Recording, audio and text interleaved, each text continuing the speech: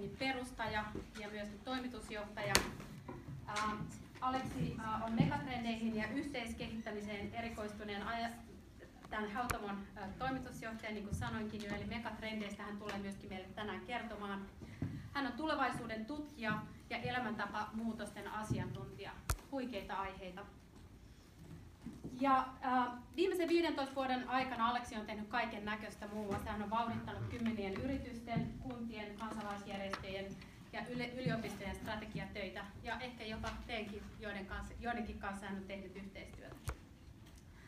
Ja hän on myöskin tukenut monia suomalaisia yrityksiä heidän innovaatioprosesseissa ja matka jatkuu ja tänään hän tosiaan kertoo meille vähän mitä tulevaisuus tuo tullessaan. Ole hyvä, Aleksi. Joo, kiitos.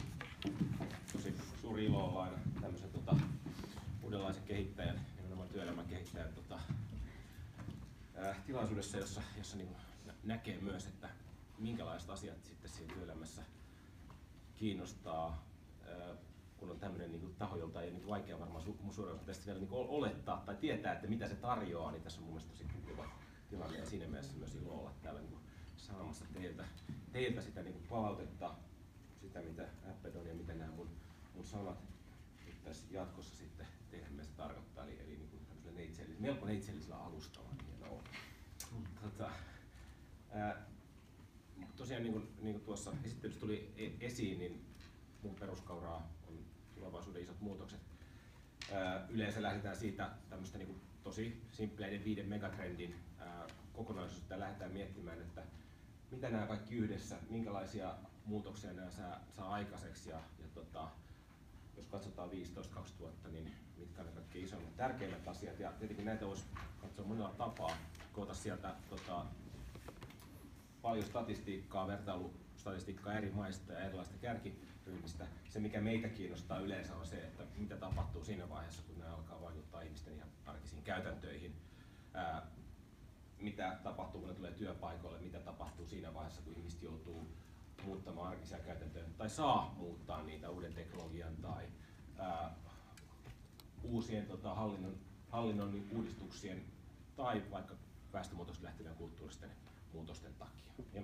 Ja me uskotaan, että nämä 5 asiaa on sellaisia, jotka pysyvät osana meidän elämää seuraavat vuosikymmenet. Ne saa erilaisia muotoja eri aikoina, mutta niiden ikään kuin suodattuminen elämään ja sinne arkeen on hidasta. On niin kuin helppo luetella tällaisena triviaalina asiana, mutta se, että mitä ne oikeasti on, niin se on se kiinnostava asia siinä. Ja tosiaan me ollaan 10 vuotta tehty hommia. Tässä on viime vuoden, tai on se pari, noin vasemman reunan jutut on viime vuoden työstä, että me ollaan tehty asioita, tämmöisiä tulevaisuusraportteja alkaen. Tuo Ylin on terveyttä käsittelevä juttu, sitten tulee juuri englanninkielinen versio, tuo on vielä suomenkielinen.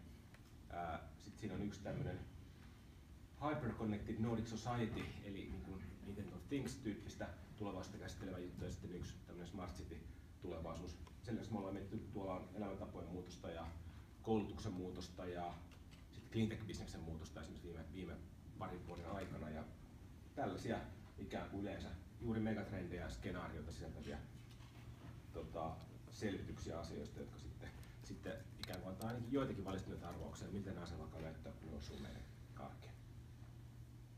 Mutta niin, yleistarkastelujakso 15-20 vuotta. Monelle ihmiselle aivan niin kuin yberpitkä aika siinä, että mitä oma esimerkiksi työuraa ihminen vaihtaa keskimäärin 7 vuoden välein työpaikkaa, että nämä aina sitten harvemmin tulee nykyisessä pestissä, mutta kuitenkin se on hienoa olla tekemässä sitä ikään kuin seuraavaa isoa aaltoa ja moni haluaisi nähdä itse siinä paikassa. 15 vuotta tulevaisuuteen, noin 2030-luvun alkuun on saman verran kuin 2000-luvun alkuun. Taitaa olla tämä talo rakennettu juuri joitakin näitä aikoja. Voi hetkeksi immersoitua siihen vuoteen 2001 ja miettiä, että mitä sillä välillä, mitkä on ne kaikkein isoimmat muutokset työelämässä. Miettikää, missä te olette 2001 töissä ja mitä sen jälkeen on ollut isoa tapahtunut. Haluatko joku tästä jakaa jonkun havainnon? Mitä on tällä välillä tapahtunut omassa työssä? Mistä asiasta on voinut puhua muiden muista? No, Tarpilan Kalle Kompleetosta ja Se kun sä viet noin vuoteen 2001, kun kerroin justiin, mä tulin 2001 syksyllä tähän taloon töihin. Ja mä olin sitä ennen Nokialla ollut 2 vuotta Bostonissa ja pyöritin siellä Bostonin yksikköä. Tosiaan pari päivää ennen 9/11. Tänne näin ja tähän näin. Mä rupesin siis kelaamaan, että viimeiset 15 vuotta tässä näin. Niin, työpaikka on vaihtunut Nokiasta ensin semmoiseen 500 ihmisen firmaan Hämeenlinnaan ja nyt 10 ihmisen firmaan Espooseen. Ja siitä huolimatta tää niin 15 vuotta, kun mä kelaan taaksepäin, niin se on ihan näin, tosi nopeasti. Joo. Ja ehkä toikin reitti, että niin pienempiin toimijoihin Suomen mittakaavassa ainakin voisi kuvitella, että on ihan monilla muullakin. Joo. Nyt kun jaetaan kokemuksia tästä talosta, niin silloin just suunnittein 2001 mä olin tässä nimenomaisessa tilassa ja tilanne oli se, että mä olin kasvustieteen opiskelija plus että mä olin valtiolla duunissa ja täällä pidettiin Nokia-sponsassa tämmöisen ohjelman, jossa koululaisille vedettiin ATK-kerhoja niin, että niinku sinne kasvustieteen maistereita ei opiskelijoita vetämässä niitä. Se pointti oli se, että koska ongelmana oli, että nähtiin, että ATK oli tuossa sitten ATKsta. ATK oli tuossa niinku suomalaisille työpaikoille vahvasti, koska kaikki olivat juuri opetettu, että internet on olemassa ja niinku ylipäätänsä sähköposti rulee ja niinku näin poispäin. Pari vuotta aikaisemmin mä olin ollut sitäkin tekemässä ja siinä tilanteessa yritettiin saada niinku koululaiset ja oppimaan ATK-taitoja, koska opettajat ei tajunnut niistä yhtään mitään.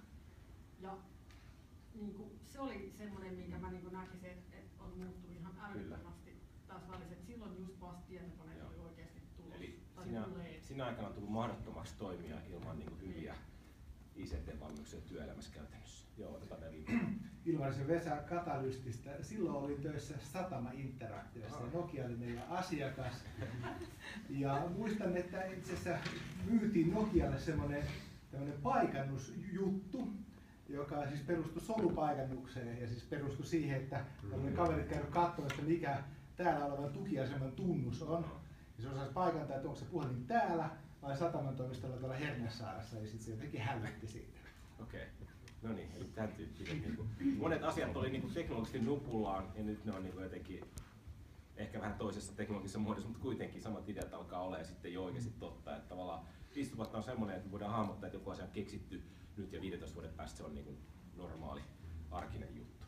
Tämä on vaan tämmöisen niin lähtökohtana, että voi miettiä, että kauanko näissä kaikissa menee. Että me voidaan monta asiaa tunnistaa, mutta sitten niistä tietty aika menee kehittyessä. Ja silti ne on niin kuin sä sanoit, noin vaan yhtäkkiä me ollaan siellä. No nyt se suurin asia, mistä puhutaan, on tietenkin kaiken mahdollisen asian automatisointi ja algoritmit, robotit hoitaa hommia. Tässä tämmöinen, tietenkin tätä on niin kuin nykyinen tiedonvälitys.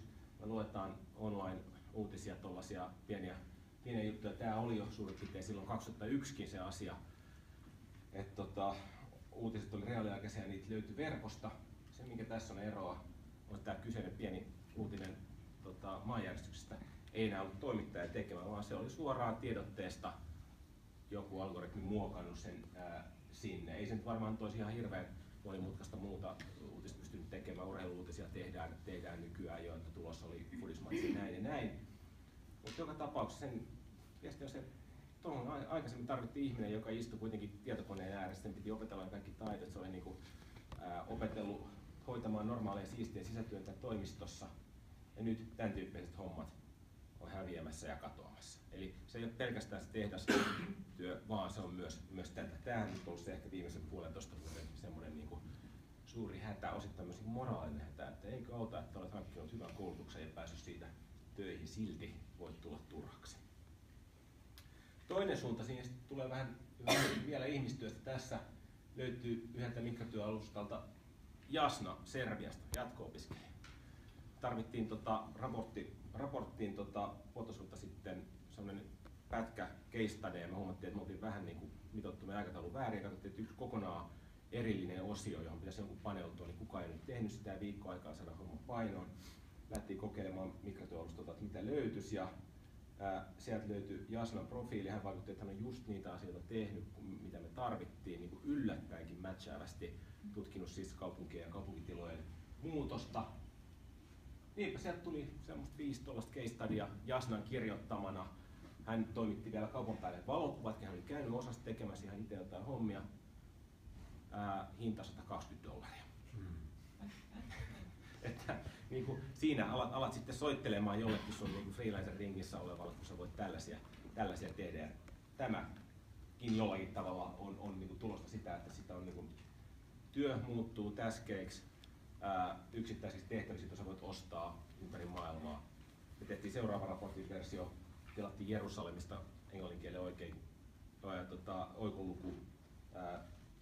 Sapatti tuli perjantai-iltana päivänä, niin jouduttiin keskeyttämään se oikoluku, mutta se lauantaina taas sitten jatkoi. Ja hyviä sisältökommenttejakin tuli jerusalemilaiselta avalta sitten. No, tästä viime vuodet useita merkittäviä opuksia, lehtijuttuja koko ajan tulee. Tämä yleensä viittaa tähän The Second Machine Age-kirjaan, jossa MIT-tutkijat Brynjolfsson ja McAfee esittää semmoisen tavallaan vähän historiallisen analyysin, että ollaanko me nyt samassa tilanteessa kuin silloin teollisen ajan alussa, että yhtäkkiä lähtee isolta joukolta ihmisiä työtä alta ja sitten menee vähän aikaa ennen kuin siitä alkaa syntyä niitä uudenlaisia, ehkä parempia työpaikkoja. Harvard Business Reviewssa oli viime kesänä siitä mittava juttu myöskin. Osittain yksi haastattelu näiden tekijöiden, mutta myös muita, joissa sitten ehkä tämä on nyt seuraava kalvo on se, joka kannattaa ottaa talteen valokuvaana ja lähettää ehkä vähintäänkin lapsille, koska siinä kerrotaan, miten niiden koneiden kanssa kilpaillaan. Tässä oli jutussa 5 tämmöistä strategiaa, miten löytää tulevaisuuden duunit. Yksi on se, että lähtee tekemään astetta abstraktimpaa, isompaa kuvaa, johon koneet ei pysty. Yksi on se, että lähdetään olemaan niissä ihmisten välisissä sosiaalisissa suhteissa mestareita, vähän niin kuin ei-puhtaan rationaalisiin prosesseihin. Yksi on se, että osaa seurata niiden koneiden toimintaa ja muokkaa niiden rutiineista, osaa korjata niitä ikään kuin siinä matkan varrella. Yksi on se, että keskittyy johonkin tosi kapeeseen, johon kenenkään ei kannata tehdä erikoistunutta laitetta. Siinä oli hyvä esimerkki tyypistä, joka oli keskittynyt Dunkin Donut franchise-kauppoihin Bostonin alueella ja oli pystynyt niillä rahoilla hankkimaan sitten kuitenkin Rolls-Royce. Varmaan tähän ei niin konetta heti keksitä, että miten niin tietyn alueen tämmöiset franchise-kaupat sitten onnistuu. Ja sitten viimeinen oli siellä se, että okei, lähdet tekemään bisnestä niillä ikään kuin algoritmia ja automatisointisysteemeillä, kehitä niitä uusia, opi myymään niitä, keksi niille uudet markkinat.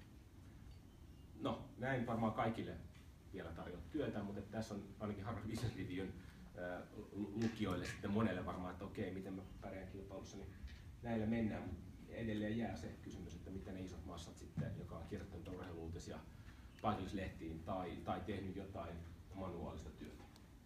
Ja kyse on nimenomaan siitä, että rutiinityö häviää. Kaikki mitä jää jäljelle on semmoista, että siinä pitää olla vähän rutiinia, parempi pystyä varjoimaan, olemaan jollakin tavalla luova ja eteenpäin katsova. Sitten se toinen malli, kaikki shakkia seuranneet tai shakkitietokonetta pohtineet tietää tänne, että okei, kone voi jo voittaa näinkin vaikeassa asiassa kuin shakkia, nyt oli kai Goostakin samanlainen tulos, niin voi voittaa ihmisen, mutta se kaikkien vahvin juttu on se, että kun tietokone ja tekoäly ja ihminen alkaa yhdessä sitten tekemään yhteistyötä, niin sieltä niitä alkaa niitä hommia tulemaan. Ja se on varmaan se yksi varma suunta, ne ihmiset, jotka osaa ikään kuin yhdistää itsensä parhaisiin mahdollisiin työkaluihin, ymmärtää niiden toimintaa riittävästi, että tajua, että missä pitää täydentää sen koneen osaamista, niin niillä tulee olemaan ikään kuin superlatiiviset kyvyt verrattuna muihin ihmisiin ja myös koneisiin. Mutta sitten se tausta, mistä lähdetään ja mitä me oikeastaan ollaan kehittämässä nyt tällä hetkellä tässä maailmassa, koska tämä on se niin valtavirta, on tietenkin se ihan perinteinen työ, joka on näyttänyt täältä. Siinä on ollut hyvin standardimuotoisia rakenteita. Se on palveluita, rutiineja, tiloina sitä kautta, että siinä on saatu ikään kuin isot määrät työntekijöitä samaan paikkaan. Se on nimenomaan tuollaista rutiineihin perustuvaa. Se lähtee siitä, että ihmisen pitää mahtua niihin rutiineihin ja tiettyyn muottiin pitää. ihmiset pitää pystyä seuraamaan, niiden työpanosta pitää pystyä standardoimaan. Ja mikä on tämän tulevaisuus? Yksi viimevuotisia uutisia oli myöskin se, että luin tässä juuri viime viikolla, että Deloitte oli laskenut käyttäneensä koko ikään 65 000 työntekijäjoukkonsa voimin 2 miljoonaa tuntia vuodessa pelkkään tulokselliseen arviointiin, erilaisiin kehityskeskusteluihin, raportointeihin ja muihin. Se tarkoittaa, että alkaa ynnäämään, että se oli jokainen käyttää 3-4 päivää vuodesta. Onko se nyt paljon vai vähän? 3-4 päivää voi mennä johonkin niin tyhmempiinkin asioihin, mutta on se nyt kuitenkin ihan merkittävä määrä hommaa. Ja varsinkin, jos sitten todetaan, että siitä ei ole sitten hyötyä enää tulevaisuuden työssä aina. Ja samassa jutussa kerrottiin, että okei, Deloittella on ainakin päätetty, että nykymuodossaan tämän tyyppinen praktiikka lakkaa. Se 2 miljoonaa työtuntia on liikaa sitten kuitenkin. Pitää kehittää jotain uusia tapoja sen varmistamiseksi, että ihmiset oikeasti menee eteenpäin ja pysyy motivoituneena ja ikään kuin ponnistelee yhteiseen suuntaan.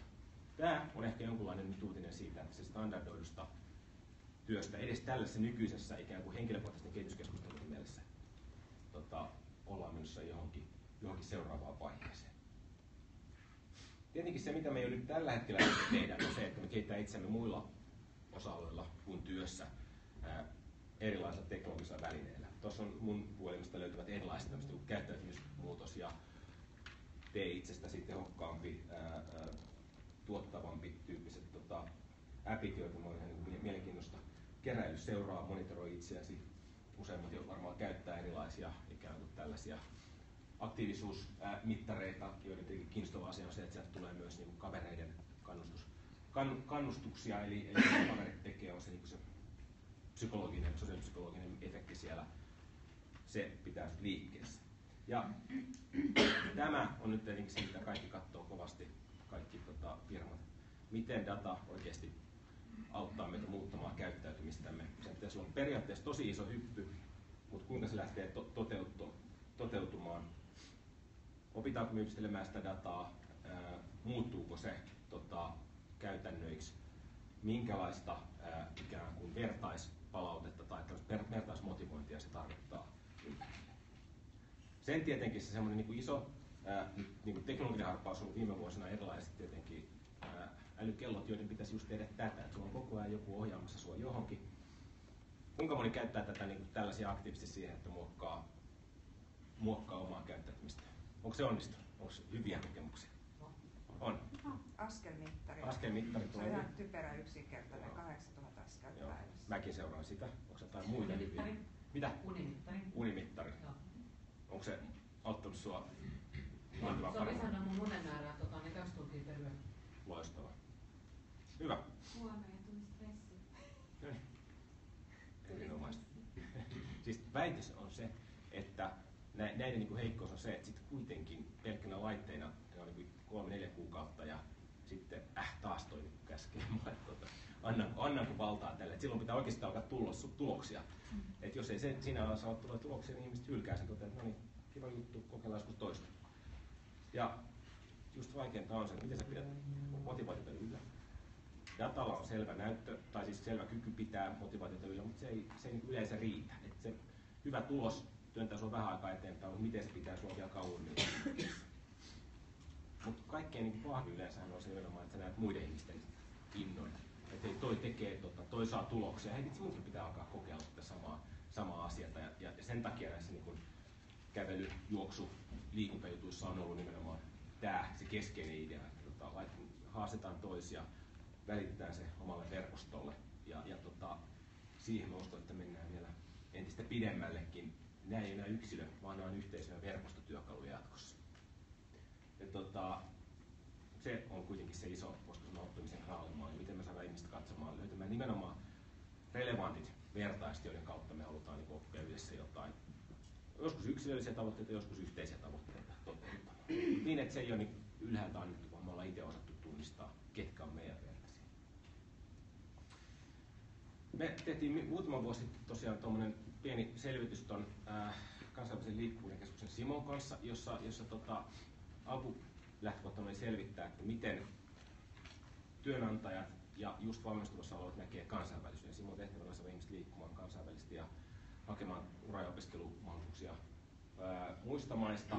Ja heidän perusjuttu on se, että kansainvälisyys kannattaa. Nyt tietenkin voi tässä Suomen tilanteessa miettiä, että onko tässä mennyt joku pieleen, että onko se kuitenkin se viesti ollut liian monotoninen. Ja voi ajatella, että me silloin 3 vuotta sitten tehdyssä selvityksessä päästiin ehkä vähän pidemmälle sitten, mitä se kansainvälisyys oikeastaan on, että kun sitä raaputtaa, niin mitä siellä taustalla on, että mikä siihen työntää ja mitä kautta sitten tulee oikeasti hyötyä muuta kuin asiana, että se elämä on rikkaampaa kuin näitä muita kulttuureja ja muunlaisia tapoja tehdä asioita tässä kotimaassa. Ja kyseltiin siellä erilaisia asioita, mitä esimerkiksi just valmistumassa olevat, siinä oli yliopisto, ammattikorkeakoulu, ammattikoululaisia haasteltuna ihan kunnon määrä. Mitä ne näkee hyvän työpaikan määreinä? Siellä on tuommoisia aika perusasioita. Tietenkin nousussa on ollut se, että halutaan hyvä työskentelyympäristö ja kaverit. Sen jälkeen alkaa tulee nämä niin perinteisimmät vakituinen työpaikka. Sitten tulee työn merkityksellisyys, omat arvot. Kaikki tämmöistä, mistä on puhuttu pitkään. Tätähän niin Y-sukupolvi haluaa. Ei kovin ihmeellistä. Sitten vastaavasti katsottiin, että mitä rekrytoijat haluaa, vähän erityyppisiä asioita, totta kai luotettavuutta, yhteistyökykyä, kommunikaatiotaitoja, kyky ymmärtää työnsä merkitys, ongelmanratkaisutaidot. Tällaisia niin kuin aika semmoisia, mitä saattoi arvatakin. Me lähtiin faktoroimaan, laitettiin näitä vähän monimutkaisempaa tilastoanalyysiin, joista niin alkoi tulee tiettyjä ilmiöitä, joita on saattu niin klusteroida yhteen kiinnostavalla tavalla, että miten näistä niin oikeastaan syntyy, koska ne on astetta abstraktimpana ihmisen valmiutena tai tämmöisenä ikään kuin asennepakkana. Ja se, mikä yhdistää oikeastaan niin työtä hakevia nuoria ja ihmisiä, jotka rekrytoi näitä, niin sieltä tuli 3 asiaa, joista yksi oli tuottavuustyyppi pitää pystyä olemaan halukas kehittämään itseään. Sitkeä toteutus siis se, että pystyy jaksaa niin punnistella ja ikään kuin ottaa niin negatiivisiakin juttuja välistä vastaan, eikä luovuta siitä. On itse tekemään asioita ja tekemään sitä porukalla, mutta sitten se uteliaisuus. Se oli ehkä se niin kiinnostava, kaikkein vahvin asia tuolta. Eli siihen niin klusteroitiin sellaisia asioita, että on suvaitsevaisuutta ja siis ei niin heti toteta, että tämä ei mua varten, tässä on jotain outoa. Innostuu uusista asioista. Haluaa ymmärtää vieraita kulttuureja ja mennä niistä syvemmälle, on kyky tehdä erilaisten ihmisten kanssa töitä, on valmis sopeutumaan, verkostoitumiskyky. Näistä, kun näitä laitettiin yhteen, niin se oli aika vahva keskeinen korrelaatio. Ja nämä tuntuu olevan nyt se, kun mietittiin sitä kansainvälisyyttä ja se, mitä nämä 2 eri ryhmää arvostaa, niin se oli nimenomaan tämä uteliaisuus. Ja siitä ikään kuin nousi idea, onko nyt niin, että se taito, mitä ihmisille pitäisi sekä koulussa että työpaikalla opettaa, mihin pitäisi kannustaa, on sitten se uteliaisuus. Jos miettii nykypäivän Suomea, me tehtiin tämmöinen niin tavallaan, miten se sitten hyppää tuommoiseksi koko kansantaloutta tai yhteiskuntaa käsitteleväksi asiaksi, niin olisiko se tuo kilpailukyky 3.0, eli että ihmisillä on halu lähteä katsomaan, että mitä on muutakin kuin just tässä ja nyt mulla olevat tehtävät ja haasteet. Mitä kiinnostavia haasteita maailmassa on ratkaistavaksi. Miten me löydämme motivaatioita uusista paikoista. Ja jos ajattelee niin suomalaista työelämää, niin tässä on ollut koko ajan se niin ongelma, että okei, suomalaiset yritykset on kadonnut kilpailukyky osittain sen takia, että vanhat markkinat on suonut alta eikä ole oltu haistelemassa niitä uusia. Ei ole osattu lähteä katsomaan, että mihin tämä teknologia seuraavaksi kelpaisi tai että mitä noilla avautumamarkkinoilla tehdään. Ja sitten samaan aikaan meillä on ollut ihmisiä, jotka ei kyennyt sitten hyppäämään siihen seuraavaan ammattiin tai työhön, joka olisi varmaan vaatinut sitä, että niillä olisi uteliaisuutta tutustua jo aikaisemmassa vaiheessa kaikenlaisiin muuhun ja innostunut, että no, vaikka mun kaltaiselle sepäille ei löydykään hommia, niin sitten on jotain muutakin, mistä mä olen harrastanut sitä ja alan kehittää siitä itselleni jotain osaamista. Ja näin, me päädyttiin miettimään, että okei, ehkä tämä uteliaisuus, sitä kannattaisi kouluissa työntää eteenpäin, sitä kannattaisi kannustaa myöskin työpaikoilla eteenpäin, joka niin tosiaan, ajattelen vanhassa mielessä, uteliaisuus saattaa olla myös sellaista, että joku yrittää mennä vähän liikaa nyt jonkun toisen tontille, ei pysy omassa lestissään. Mutta toisaalta se pitäisi olla ihan pirun hyvä homma siinä mielessä, että se voi niinku periaatteessa olla ihan minkä tahansa kaltaisessa duunissa oikeastaan vaan tärkeä homma. Se luo intohimoa ja motivaatiota, se lyö pyrkimystä ikään kuin uusien omien kykyjen kehittämiseen, riippumatta siitä, miten ne seuraavat tehtävät on. Ja no, miksi se nyt on tematisoitunut juuri nyt? Ihan selviä tekijöitä. On mahdollisuutta päästä informaation koko ajan. Sulla ei niinku rajoja sitten sun television toteuttamiselle enää. Sä voit tehdä sitä asioita uudenlaisissa ryhmissä, vaikka sun naapurustossa tai entisessä ikään kuin elinpiirissä ei olisi jonkun asian osaajia. Sä voit yhtäkkiä löytää netistä maailman parhaat jonkun asian harrastajat ja päästä katsomaan videoita, kuinka ne tekee jonkun vaikka niinku tempun. On tullut erilaisia mahdollisuuksia oppia, ikään kuin sen tarvitse enää lukea sitä kirjoista, on erilaisia pelillistämisen tai edellä esitettyjen itsekehittämis-appien tapaisia hommia. Ja ikään kuin sä pääset tekemään sitä hyvässä yhteisössä parhaillaan. Nämä ikään kuin ruokkii sitä uteliaisuutta. Ja oikeastaan tähän mä voisinkin lopettaa. Työelämässä on selvästi uudenlaiset peruskäsitteet, joiden ympärille tämä homma rakentuu. Kuuliaisuudesta mennään siihen uteliaisuuteen selvästi. Se on se arvo, joka työntää ikään kuin koko sosiaalista ryhmää työpaikalla eteenpäin. Se tuo sitä, että pysyvyydestä ollaan enemmän menossa siihen kehittymiseen, joka on pakko nykyään globaalisti jakoisesti haldata ja nähdä se ikään kuin normaalina asiana. Se on myös yhteistyökykyä enemmän kuin se, että sä oot omassa lestissäsi ja omassa ikään kuin yksilösuorituksessasi. Se ei ole pelkkää kokemusta, vaan se on myös drivea mennä uusiin asioihin ja ylittää itsensä.